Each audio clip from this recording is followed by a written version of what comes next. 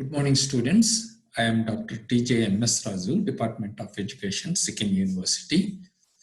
Yesterday, I have uploaded one lesson related to the growth and philosophy of distance education. Today, I am going to take another lesson on this MES 111, Unit 2. This title of this lesson is Academic Credibility. Credibility means the quality of the course, whether the distance education course is equivalent with that of the regular course, because the distance education degree and regular education degree are whether they are similar, whether they are equal. But when they are equal, why some organizations are considering the regular student certificate and some institutions they are not taking the distance education candidates or distance education students who have completed their education in open learning. So whether the quality or the credibility of distance education, is it equal with that of regular course? That is also we have to think. Then coming to the aspect of the training given to the distance education students and the work or the academic work that is allotted to the student, whether it is on par with the regular student or not.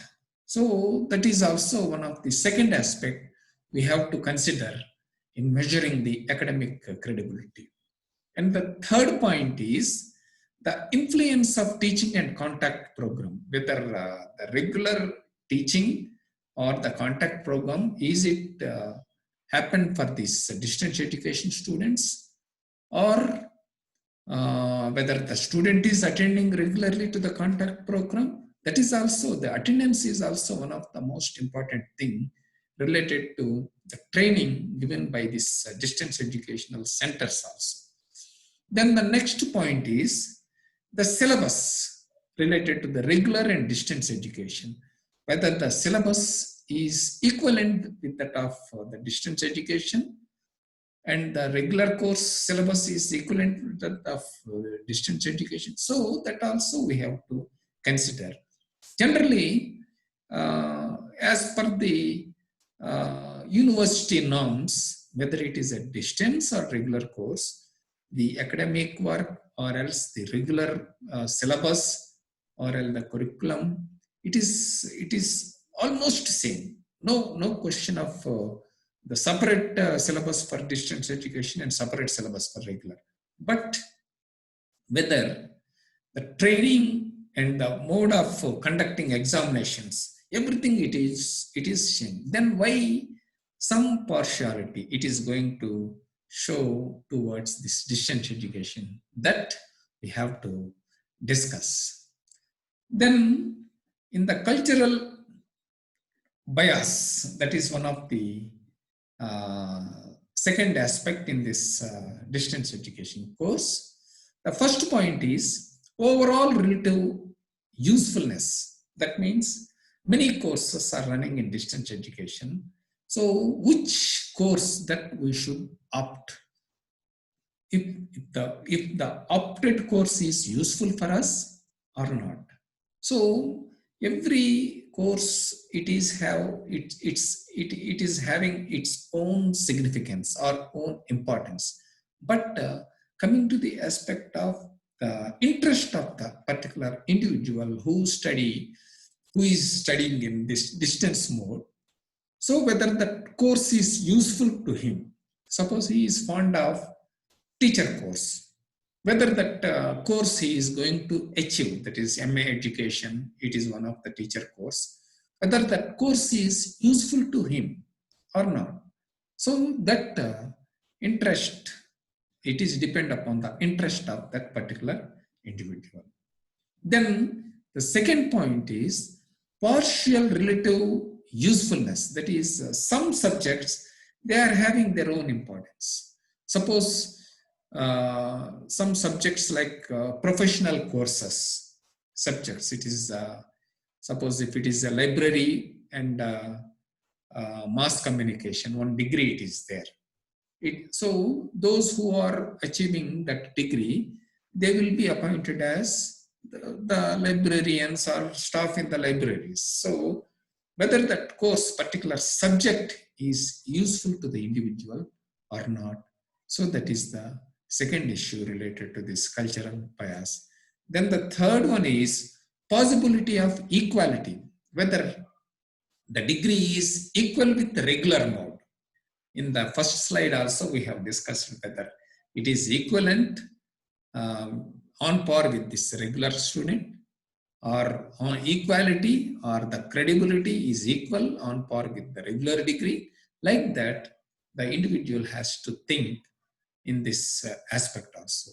Then the last point in cultural bias is mere utility, whether is it serving the degree, is it serving for the purpose of the individual. Suppose if I want to learn MS Office, that is one technical course in computer. Suppose if I want to know the things related to this Word document, how to frame, how to type, everything, so I need that MS Office. Whether that technical course, is it purposeful for me? Am I fulfill the needs of that my purpose? That also we have to think in the cultural bias.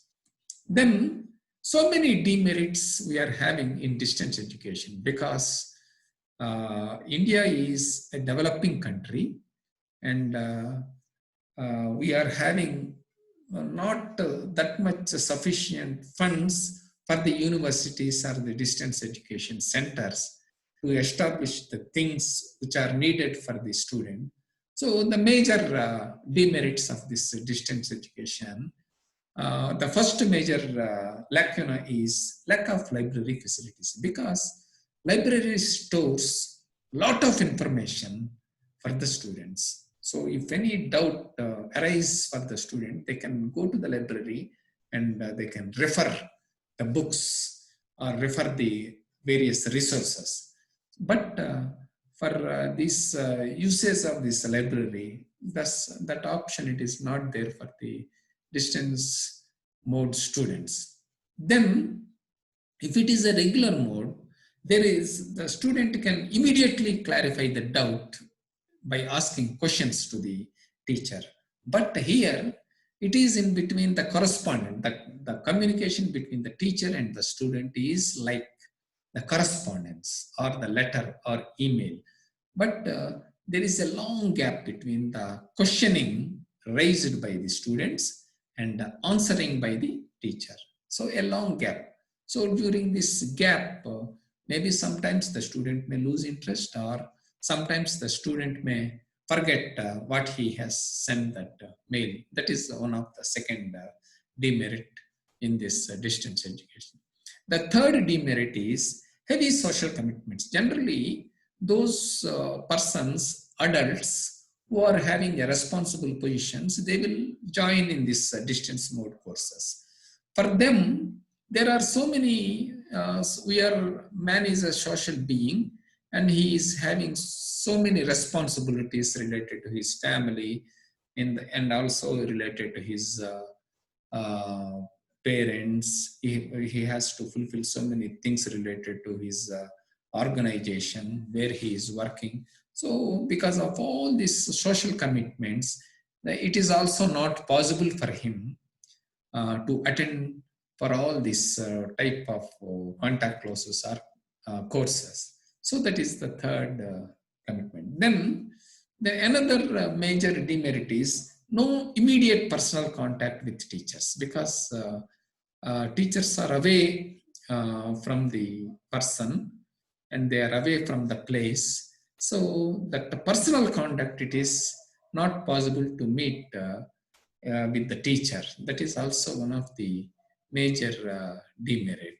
Then even if it is a group, there is no interaction with other student population, because every student will come and they will attend the contact classes and they will leave the institution. Suppose only few days for the contact program only they will come, but there is no close contact or intimacy between the students in distance mode. So if it is a good intimacy and if they are having their own mobile numbers or contact mobile numbers, then they will communicate, and that is also refresh the students' ability in understanding and clarifying the doubts with other students. So in distance mode, the gap between the teacher and also the gap between the student and student, it is also one of the demerit in distance education. So what to improve the effectiveness of distance education? So what the steps that the person or an individual has to take in? So the first place is better correspondence tuition. Suppose if a student raised a question by sending a email, immediately the teacher has to respond and give immediate response to the student. So when it is a fast procedure, then there is a better tuition facilities and also better credibility for this distance education. Then a second point is a favorable examiner attitude, because generally teachers are also having an attitude of the regularity, by observing the regularity of the student, by observing the things in the society. Some teachers are not favorable for the distance mode students, but some students are very efficient students and intelligent students. So the favorability of the teacher should be equal for those students, whether it is a distance or regular. So the mindset, it is also necessary for the teacher also. You improve the effectiveness of distance education. Then learners regular exercise. So learner is also one of the important person, and the major important person. He is the unit of this distance education. So he has to exercise, regular exercise in writing various responses to the teachers and clarify their doubts. So regular practice and regular reading of everything, it will be also gives an output for the individual to equip and to increase the credibility of this distance education programs.